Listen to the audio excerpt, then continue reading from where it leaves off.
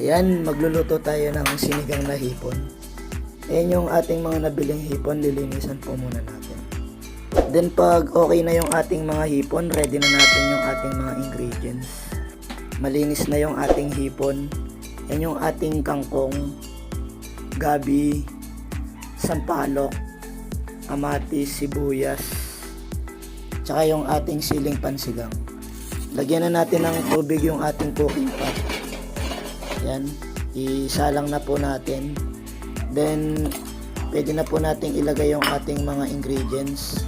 Yung ating uunahin, yung kamatis, sibuyas, tsaka po yung ating gabi.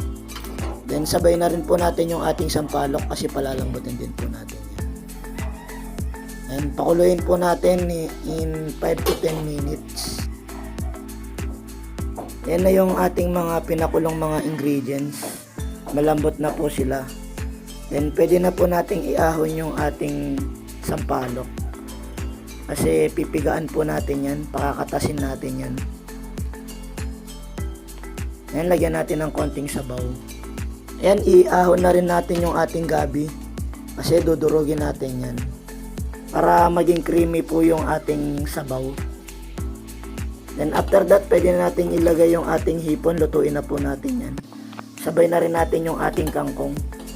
Kasi mabilis lang maluto yung ating hipon. Yan, durog na po yung ating gabi. Pwede na natin ibalik sa ating sabaw. Para maging creamy yung ating sinigang.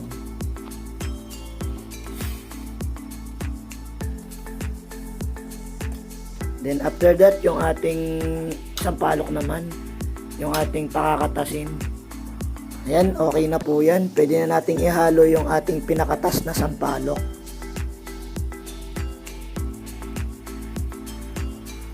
Ayan, ang sarap po nung ating sinigang. Pure po yung ating sampalok na inilagay sa ating sabaw. Then, ilagay na rin po natin yung ating siling pansigang. Pakukuluin lang po natin yan ng 2 to 3 minutes. Then, timplahan na rin po natin ng ating salt tsaka ng ating pampalasa.